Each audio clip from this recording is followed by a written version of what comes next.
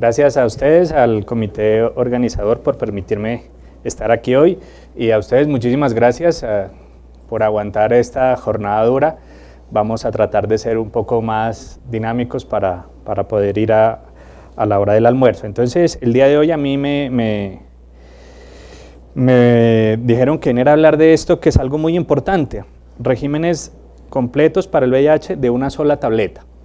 Esto es algo que nosotros ya lo conocemos, lo hemos escuchado, siempre estamos hablando de que esto tiene unas grandes ventajas.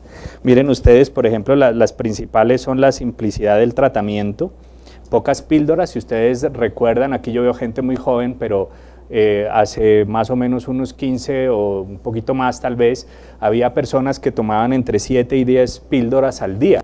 Eso ha ido cambiando, evolucionando, y en este momento tenemos ya esta gran ventaja de tener un régimen completo en una sola tableta. También vemos que esto tiene unas desventajas, ¿cierto? Por el caso, la principal es que no se pueden ajustar las dosis del medicamento en una tableta que viene con dosis mezcladas, con dosis fijas. Si un paciente tiene insuficiencia renal, es el primer ítem, o insuficiencia hepática, pues no vamos a poder utilizar este régimen. Si hay interacciones con otros medicamentos, para el caso de tratar, por ejemplo, la tuberculosis, que a veces uno tiene que doblar la dosis de un medicamento o disminuir otra, pues tampoco lo vamos a hacer. Estos regímenes vienen apareciendo en el mundo desde el año 2006, aquí digamos que a Colombia llegó el primer medicamento alrededor del año 2009 y han venido progresivamente llegando hasta el último medicamento que fue aprobado en el año 2014 con inhibidor de integrasa. Entonces esto en el mundo viene cambiando. Sabemos que las guías desde el año 2014 ya los ponen a los regímenes de una sola tableta como primera elección. Miren, por ejemplo, para personas que tienen, independiente del conteo de CD4, ya han colocado varios regímenes y también lo han aprobado el Instituto de Salud de los Estados Unidos. Entonces, ¿qué vamos a ir mirando? Esta conferencia trata de dos partes. La primera es para tratamientos de una sola tableta en pacientes naïf, o sea, en pacientes en que vamos a iniciar, y también al final vamos a ver en pacientes a los cuales los vamos a simplificar, que es la otra gran oportunidad de estos terapias de una sola tableta. Entonces, comencemos. Miren, acá tenemos estudios que ya son de los primeros donde se utilizaban estos medicamentos ya de forma separada, pero que nos han dado luces para mirar efectividad con sus comparadores. Aquí tenemos uno, este estudio lo tenemos en comparación de efavirenz más tenofovir entrecitavina y se lo dieron cabeza a cabeza con atazanavir ritonavir. En este estudio, los dos medicamentos demostraron una muy buena eficacia virológica al mantener los pacientes suprimidos a las 48 semanas. Y cuando comparan este mismo efavirenz y tenofovir entrecitavina contra raltegravir y el mismo nucleócido, tenofovir entrecitavina, en el estudio STARMAX, pues efavirenz no fue inferior a raltegravir. Si hacemos uno de los nuevos no nucleócidos, que sería el caso de rilpivirina, y lo comparamos con efavirenz en el estudio ECO, pues miren que este efavirenz fue equivalente a rilpivirina, mejor dicho, al contrario, rilpivirina fue equivalente a efavirenz, pero para pacientes que tenían carga viral menos de 100.000 copias. Entonces ahí va el primer mensaje. Rilpivirina es un buen medicamento, pero para pacientes que tienen menos de 100.000 copias. Hubo un poquito de falla virológica en aquellos pacientes cuando les iniciaron el medicamento, porque ahora vamos a ver unas gráficas, no es exagerado, pero sí hubo más falla virológica en pacientes que tenían más de 100.000 copias. En donde se vio la gran ventaja de rilpivirina frente a efavirenz fue en los efectos adversos neuropsiquiátricos que permitieron descontinuar efavirenz en un mayor porcentaje. Acá ya tenemos estudios un poco más nuevos. Esto fue un estudio diseñado para probar rilpivirina. Esto es un estudio abierto, cabeza a cabeza, tratamiento de pacientes naïf totalmente, ¿estoy mal ubicado? ¿Estoy bien? ¿No? Bueno. ¿No ven? Ah, caramba. Tal vez me hago acá. ¿Mejor? Un poco. Entonces me voy a hacer acá. Así, mejor, ¿cierto? Mejor. Bueno, qué pena con ustedes. Bueno, entonces aquí estamos tratando pacientes naïf que tenían más de 2.500 copias y eran susceptibles a los medicamentos que se iban a probar. Aleatorizado, la mitad para rilpivirina, la otra mitad para efavirenz, y vamos a ver qué les pasó. Bueno, entonces este estudio era para comprobar no inferioridad de rilpivirina frente a efavirenz, y totalmente se vio no inferioridad. Si ustedes ven esta gráfica, a las 48 semanas le fue mejor a rilpivirina, a las 96 semanas le fue mejor a rilpivirina, pero si vemos a los pacientes que tenían menos de 100.000 copias, que están aquí, en esos pacientes sí le fue mucho mejor a rilpivirina. Caso contrario para los pacientes que tenían más de 100.000 copias, pero como yo les decía, no es exagerada. Si ustedes miran la tasa de falla con rilpivirina en pacientes de más de 100.000 copias, de todas maneras las guías nos dicen eso: para pacientes que tienen más de 100.000 copias, rilpivirina seguramente no es el medicamento de elección. Este es otro estudio que también nos muestra para pacientes naïf. Ahora sí ya estamos viendo es el inhibidor de integrasa, el vitegravir con cobicistat. Lo compararon contra efavirenz en un brazo, que es el estudio 102, y contra atazanavir ritonavir, que es el estudio 103. Para todos esos pacientes, a todos se tenían más de 5.000 copias. No nos importaba el conteo de CD4, pero sí nos importaba que todos tenían una tasa de filtración mayor a 70 mililitros minuto. ¿Por qué? Porque sabemos que cobicistat es un efecto esperado de cobicistat que puede disminuir la tasa de filtración glomerular durante el tratamiento, y eso pondría en desventaja al régimen de una sola terapia. Vamos a ver cómo les fue. Acá tenemos los resultados para el estudio 102, o sea, es decir, los que se compararon con efavirenz. El éxito virológico, como ustedes lo ven aquí, está a favor del vitegravir en todos los tiempos analizados, las 48, las 96 y las 144 semanas. La falla virológica fue similar en los dos brazos, pero sí hubo una tendencia a discontinuar la tableta o el tratamiento, digámoslo así, en el lado de efavirenz, por los efectos adversos que este presenta. La conclusión es la que ustedes ven aquí en el título, o sea, el medicamento de una sola tableta con base en el vitegravir no fue inferior a efavirenz, que es la terapia clásica que nosotros tenemos. Y el estudio 103, que compara este mismo inhibidor de integrasa en una sola tableta contra atazanavir rito, pues nos muestra que todos estos pacientes también su terapia fue totalmente exitosa, de pronto un poco menos que contra efavirenz, pero le dio más favorabilidad al vitegravir. En este caso también analizaron, creo que lo tengo en otra diapositiva, pero en este caso también analizaron las causas de suspensión y le fue mejor al inhibidor de integrasa. Para el último régimen de una sola tableta, que es dolutegravir, entonces tenemos estos tres estudios: el Single, el Flamingo y el Speeding. Ahí ustedes miran, el primero es con un no nucleócido, que es efavirenz. Lo compararon cabeza a cabeza, aleatorizado.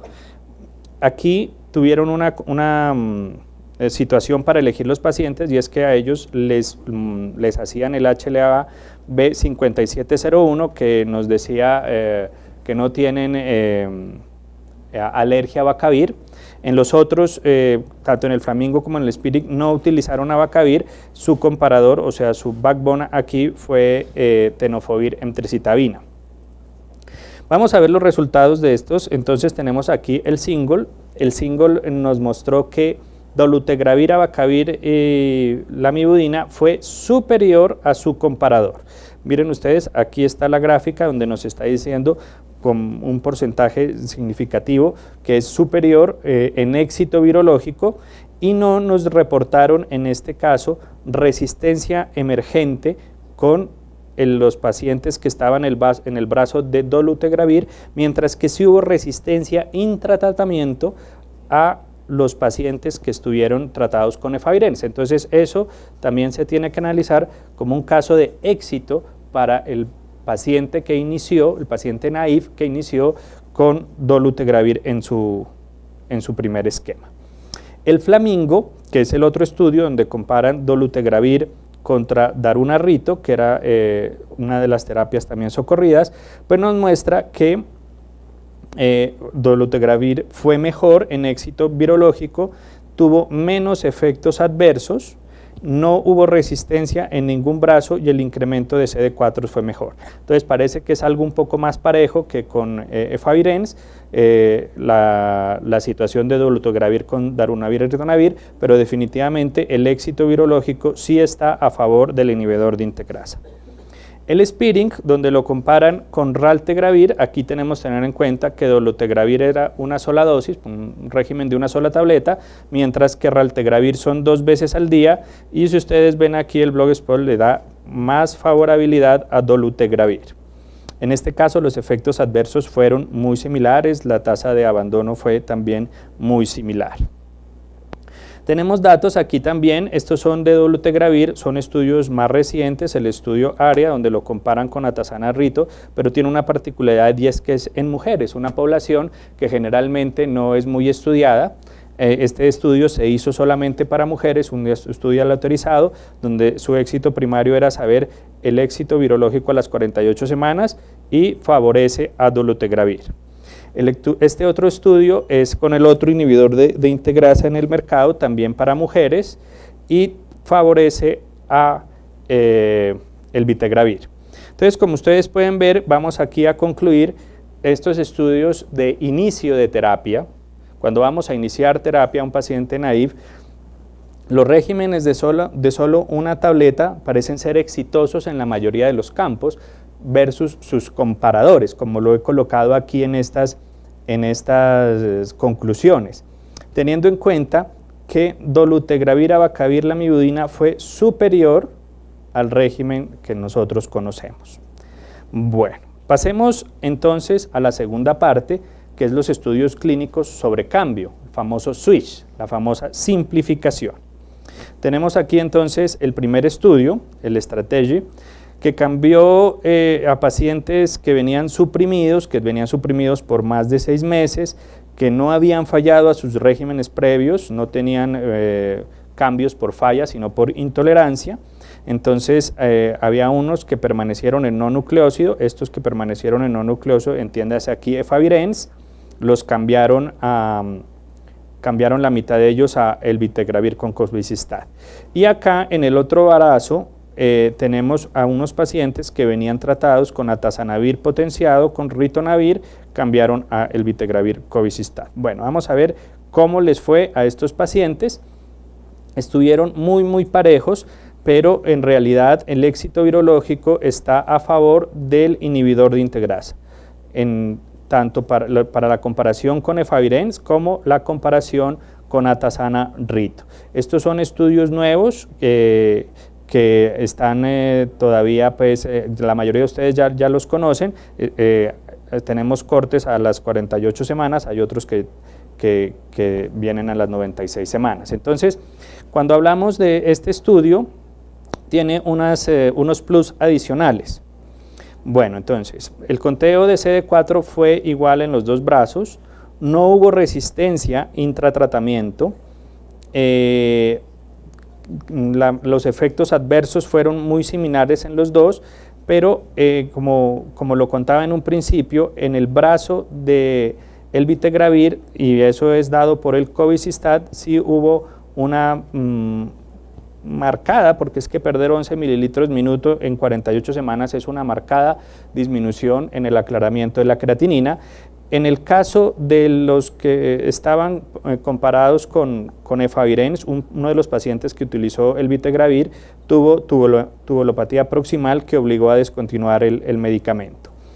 En el seguimiento a estos pacientes que estaban tomando el vitegravir, hubieron menos efectos adversos, menos tasa de diarrea y bloating, o sea, distensión abdominal, que en su línea de base, y lo mismo para el caso de efavirenz, menos síntomas neuropsiquiátricos. Entonces pareciera que el medicamento es bastante efectivo, es muy efectivo y presenta menos efectos adversos. El estudio SPIRIT, que es el estudio de cambio, ¿Qué pasó?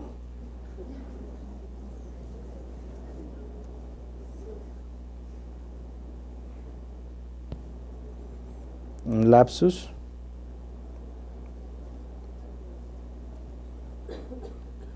El iPad también quiere ir al almuerzo rápido.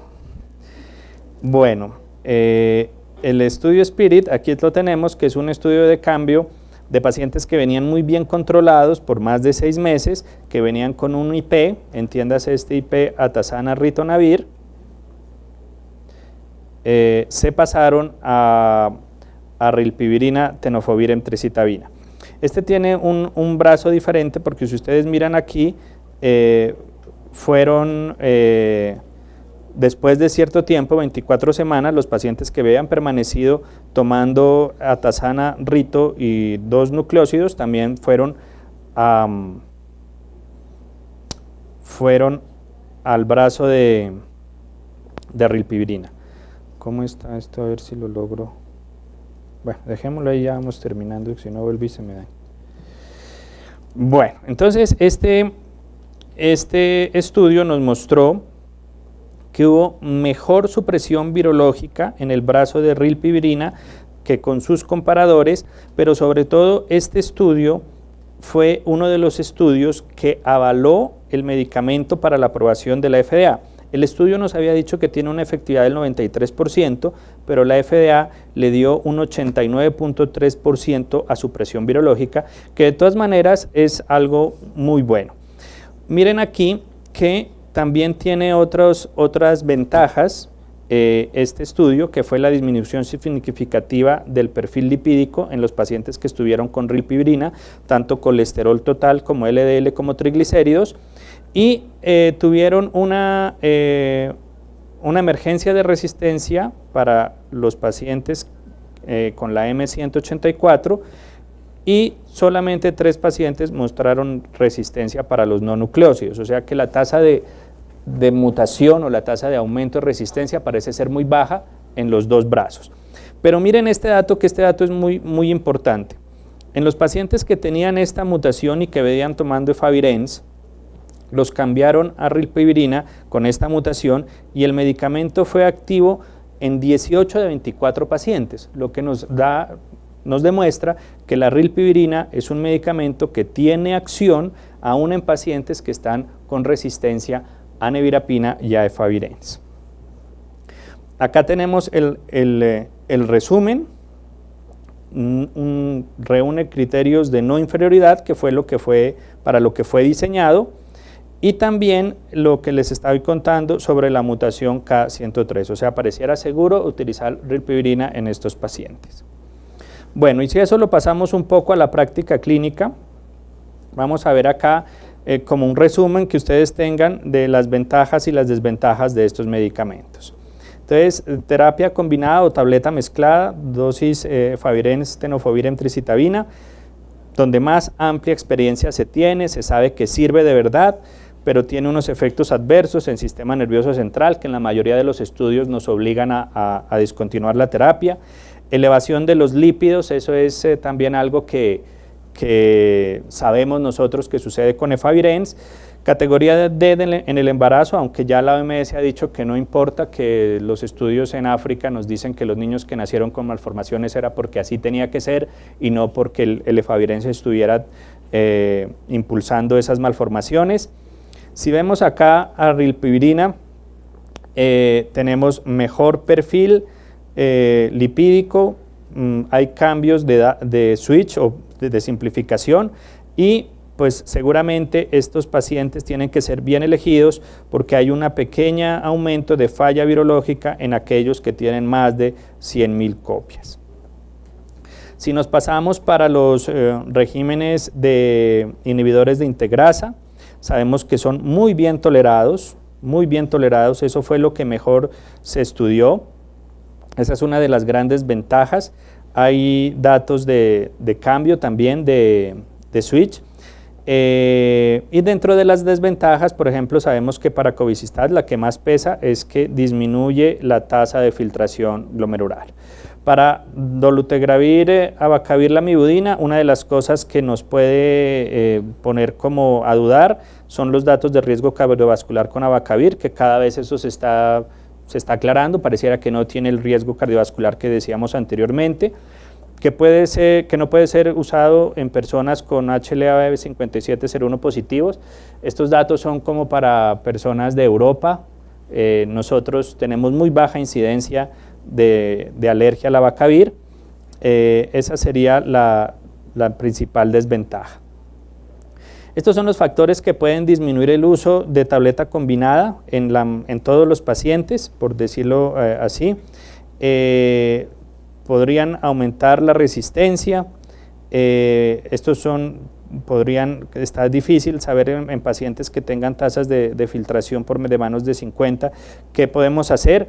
Y existen, pues, esto es algo que para nosotros es bastante importante, y es el dinero. Son medicamentos que son más costosos que sus comparadores con tabletas múltiples, y esto hace que haya trabas en la entrega del medicamento. Entonces a veces uno quiere entregarle el mejor medicamento a su paciente, pero el sistema de salud no se lo entrega, y ahí viene como, ¿qué ponemos en una balanza? ¿Cierto? Prefiero que tome 2 o 3 tabletas, pero que se las tome, a que tenga discontinuidad en otro medicamento. Problemas que permanecen sin resolver: la depuración de creatinina con el vitegravir cobecistat. Parece que esto ya se está aclarando. Dolutegravir tiene muy buena barrera genética. Los pacientes que tienen pobre adherencia, decimos que se benefician muy poco de tomar regímenes de una sola tableta, pero hay estudios como encontrados y nos dicen, mire, si usted tiene un paciente que tiene pobre adherencia, ese paciente puede hacer pobre adherencia selectiva. Por ejemplo, si él ve que le está cayendo mal el ritonavir porque le da diarrea, seguramente va a dejar atazanavir solamente sin bostear, y eso sabemos que genera problemas graves de resistencia a los IP. O si está dejando solamente, en el caso de tenofovir, entrecitavir, efavirenz, y se pone a dejar de tomar efavirenz porque tiene pesadillas o tiene otras cosas, generalmente es un esquema que se queda sin su principal actor. Entonces, esto de pobre adherencia, al parecer, es algo donde los regímenes de una sola tableta salen bien librados. Vienen nuevos medicamentos de una sola tableta, de otras combinaciones, y la mayoría de los estudios nos han dicho esto. El régimen de una sola tableta tiene una alta tasa de adherencia y un bajo riesgo de hospitalización. Todos nos dicen eso. Nosotros debemos poner eso en una balanza, porque si de pronto en cuestión de costos las EPS nos tienen que entender que a veces es más factible invertir un poco más en un medicamento de una sola tableta que evitar que el paciente se esté hospitalizando repetidas veces porque no se está tomando el medicamento por los efectos adversos. Ese es el resumen de este gran compendio de estudios. Mire, son varios los estudios que siempre nos dicen lo mismo. Paciente con régimen de una sola tableta tiene mejor adherencia y se hospitaliza menos. Eso es algo que debe quedar claro acá. Y generalmente, pues siempre habrá razones para simplificar pacientes o para iniciar pacientes con régimen de una sola tableta. En general, todos los estudios que están acá, todo lo que se ha revisado en la literatura, nos dicen que los regímenes de una sola tableta están marcando la pauta en el mundo, son regímenes bien tolerados. Vienen otros, como yo les decía, y generalmente van a estar acá. Yo creo que este es el futuro del tratamiento para el virus del VIH, tratar de llevar a todos estos pacientes a solamente una sola tableta al día. No sé si tienen alguna pregunta ustedes. Estas diapositivas son una ayuda que brinda el grupo de CCO, están en internet para todos, y la condición es que si uno los utiliza en una presentación debe darle crédito a sus mentores. Bueno, eso es todo entonces por hoy. No sé.